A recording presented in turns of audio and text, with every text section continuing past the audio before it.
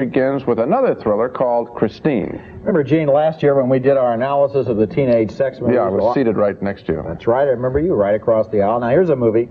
It's named Christine that adds a whole new category to the horny teenager movie. That was that new genre that we invented here on the show. There have been a lot of movies over the years where a teenage boy parks in a car with a girl that he loves, but this has got to be the first movie in history where the kid parks with a girl in the car he loves. The car is named Christine. It's a 1958 Plymouth Fury, and here's a scene of love at first sight.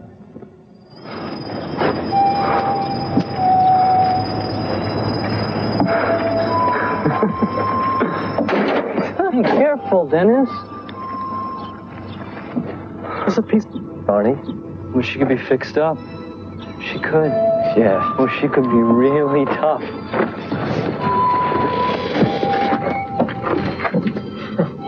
We need these. How much do you want for her? I mean, whatever it is, it's not enough.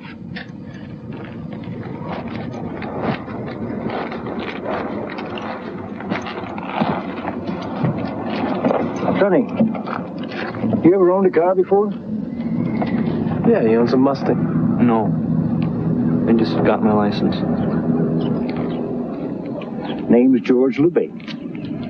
Honey Cunningham. What are you asking? Start her up. Really?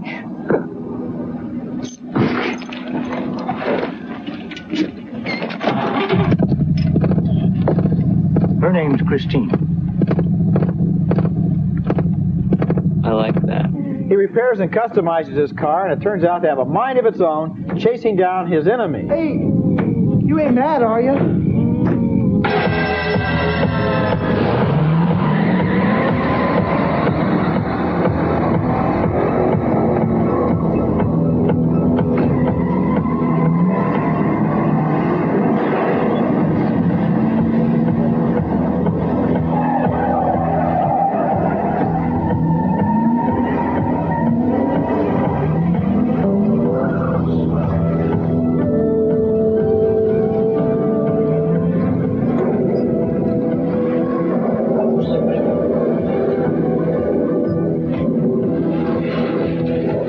And the car has a mind of its own. This is kind of the ultimate chase picture. Only cars, right. No drivers. They finally perfected it. Remake Cannonball Run.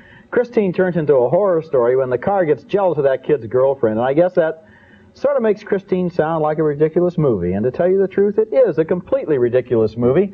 But that doesn't mean I didn't have a good time watching it. It was strange, but ridiculous as it was, in some dumb way, the bottom line was I enjoyed it, especially the scene where Christine has a duel to the death with a giant bulldozer. That scene, I think, is really going to get the teenagers going in the movie theater. I think the reason why it works, and it worked for me too, is I think we wish this were true. Mm-hmm. It's a great fantasy that we wish were true, happening, of course, to someone else, but you wish it were true. And the other thing that I think is interesting about the movie, everyone's going to be talking about this car and how it can straighten out its own bumpers, and the special effects here are kind of good, and cars get you awful goofy, and I think you enjoy the movie at that level. What's good is this young actor, Keith Gordon. Mm-hmm. He plays this nerdy guy at the beginning with the glasses, sort of like Terry the Toad in American Graffiti, and then he has the transformation, but not just to a good guy. He sort of enjoys the power that this car gives him, and he becomes sort of mean and rotten, and that I like to see, He sort of made a deal with the devil, like the devil and Daniel Webster. Yeah. He has said to the car, okay, you give me a great car, make me look cool behind the wheel, and I'll do whatever you tell me to do. He kind of talks into the car's radio there. You know what I identify with in this film? What? Was the feeling of absolute obsession that you have when you get your first car. I was 16 and a half years old. I got a crummy old beat-up 1954 Ford, and I was out there for at least 6 months. I couldn't think of anything else. People, you know, high school, things like that, totally irrelevant. I'm polishing those little pieces of rust and painting the wheel, you know, covering red and so forth. And it was a fantastically absorbing experience for me. And that's what I felt as I was watching the film, that people do feel this way about cars. Americans love their cars, just absolutely love them. As one who drives a 74 Pontiac convertible, I think I'm an adolescent still with cars. Have a look at the main movies on this program. We both voted thumbs up on John Carpenter's Christine, a surprisingly entertaining thriller about a haunted car. You were definitely agreeing with some of that while we were watching that. Evan's got some thoughts. Oh, I just thought Keith Gordon's amazing in that movie. He's so good. He's good. Yeah, and the tragic character arc of Artie is amazing. Yeah, and it's even more amazing when you realize they shot the film out of sequence. So he had to bounce from arty Oh, mode right. to Yeah. evil arty mode, and he is exceptional in it. I mean, the cast is good. The cast is really good in this. Malcolm Danare, my buddy. I love that line. You ain't still mad, are you? Well, what the fuck do you think? You guys Right. totally destroyed his vehicle. Like I love that line of like.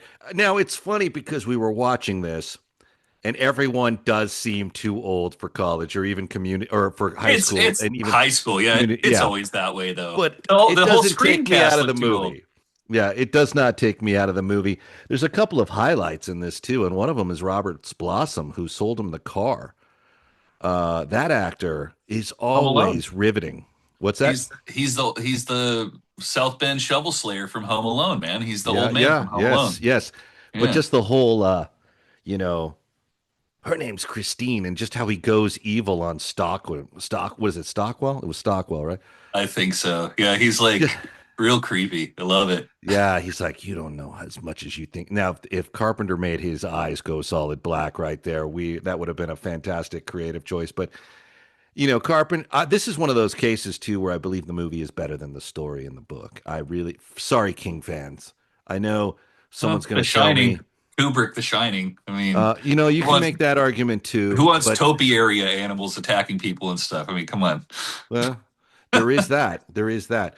But I do think, I mean, look, I know King enthusiasts have it their way, want it their way, and props to them. But I do think this, in Carpenter's hands for a film, took a better creative turn. And he really delivered on this. And I think there's some outtakes and some with George Thorogood. I think George Thorogood made an appearance in some scenes. So, Oh wow, that's cool. but I also love Robert Prosky, one of my all-time favorite character actors from Thief, The Natural, Hill Street Blues, shows up as who's the guy that owns what's the garage called? I don't know, but he's in The Great Outdoors also. I know that guy from that movie. And yeah. the guy's got so much tobacco that the juice cannot stay in his mouth, but he's so mean. Yeah, and he's like, if you sold him that piece of shit, you should be ashamed of yourself. And he's like, I tried to talk him out of it. He's like, you should have tried harder. And then of course he meets the kid, and he's like, immediately goes from being somewhat friendly to, now listen, don't go running this asshole in here again. This is for working stiffs. Yeah, right. Keep bread on the table. You know, and he's like, and I don't want no smoking in here. You want a butt, you go out in the yard. And then those guys behind him are smoking. He's like, sir, those guys over there are smoking. Better tell them to stop. Yeah. You know, and he's like, trying to get your friend thrown out of here, bum. Just go. And then it's just like the way he ends it, which is, I know an asshole when I see one. And I think I'm looking at one right now. Gold. The performance is gold.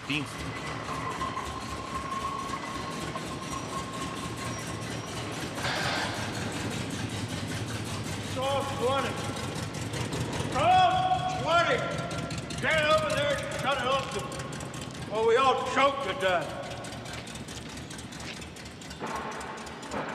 Kiddo, you sold him that piece of shit. You ought to be fucking ashamed of yourself. I didn't sell it to him. Tried to talk him out of it. You should have tried harder.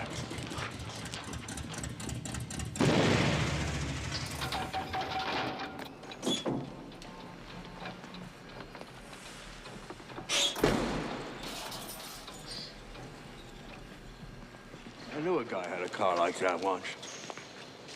Fucking bastard killed himself in it. Son of a bitch was so mean, you could have poured boiling water down his throat. He would have pissed ice cubes. Okay. That's the last time you run that mechanical asshole in here without an exhaust hose. I catch you doing it one time, and you're out. You understand? Huh? Yes. But I'm gonna tell you something else right now. I don't take any shit from you kids. This place is for working stiffs. Got to keep their cars running so they can keep bread on the table. It's not for rich-ass, snot-nosed kids who want to go dragging on the orange belt. I don't allow no smoking in here, neither. You want a butt, you go out in the junkyard. Oh, well, I don't smoke. Don't interrupt me, punk. Don't interrupt me. Don't get smart. Sir? Why? Those men over there are smoking. Better tell them to stop. You're trying to help your buddy right out of here, Chuck. No. Then shut your pie hole. I know a creep when I see one. I think I'm looking at one right now. You're on probation. You get it? You screw around with me one time, I don't care how much money you paid up in front, I'll throw you out in your ass. You got it? Huh? Yes, sir. Yes, sir. Good. Yeah. Now get the hell out of here. We're closed. Everyone in the movie's fantastic. I agree with both of them. I particularly agree with Ebert's statement here of like, the movie's ridiculous, but I had a good time watching it. And I would say that applies to a lot of movies, but also a lot of Carpenter movies. The score is incredible too. The score is so fucking good. Like the regular score and then the soundtrack with all the old rock and roll music's amazing. It's so solid. Yeah. I think one of the smartest moves Carpenter ever made was to continue to do and score his own movies with his music. Yeah. That was the best thing about he didn't make them, the David Gordon Green Halloween movies, like, which kind of declined with each one. They kind of, but the scores for all of them were incredible. And that was John Carpenter, Cody Carpenter, and is it Daniel Davies, I think his name is. Yeah. Now he had to do that in the early days for budget reasons and because he had the skill set Assault on Precinct 13, which also has a great score, by the way. The best, seriously. That's my favorite, maybe. Yeah. Halloween. But the fact that he continued to do it, I think, is so smart because he really did create atmosphere with the sound. It just was really incredible. And Christine, I think this may be his best soundtrack. Actually, this may be Carpenter's best work. I mean, there's so many great ones, and people love to play Halloween. But Escape from New York is so good. That's good too. And now, listen, now we're going up against my buddy Isaac Hayes, who we lost, and I loved. Right. So it's kind of hard to go against anything related to Escape from New York because I feel like it's a family affair when I see it. But I do agree that has great music. But this may be my favorite, and this is a movie that's kind of like sort of a blueprint in horror subtlety. You know, like this movie kind of creeps on to you. It's not in your face. It's not fast paced. It just kind of starts to develop, you know, and I agree with both these guys. I wish I could make, I wish I could make some notes and be critical, but they're both right in this case. I agree with you, and I agree with them. I think it's that's why I picked it from the ones you mentioned. It's a favorite. It's a favorite for sure. I love it. Now I've been on the locations for some of this, including where the car runs over. What's his name in the movie? Is it the bully? Auslander is who I'm thinking of. But yeah, what's his name in the film? Yeah. You know, who's great, by the way. He's too good. I met him in real life at Dark Delicacies had a signing for the Blu-ray with everybody in the cast there, except for Keith Gordon and his friend in the movie. But everybody else was there. And the dude that plays the bully is so nice in real life. Yeah. But like when I met him, I'm all just kind of like wary of him because it's like you just see the face and you go, oh man, like he's gonna pull a switchblade on me or something, you know.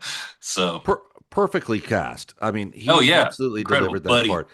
Yeah. I mean, he is perfectly cast. Keith Gordon said he had that problem with him that the guy was so nice on the set, and then he went into bully mode and he had to act scared, and it was a little bit of a challenge for him initially. Because, again, this is actor psychology 101, which is why some actors take themselves out of the sequence or out of the set to kind of make a different impression. But he said those guys were all really nice. And then it's like, boom, be terrorized. And it was a little bit of a challenge to him right off the bat. Yeah. Gordon is very candid about the production of this movie and what it meant to him. And he's since gone on to direct a few things, undoubtedly with Carpenter's influence, I would think. But this is a good one. It's also good for Halloween.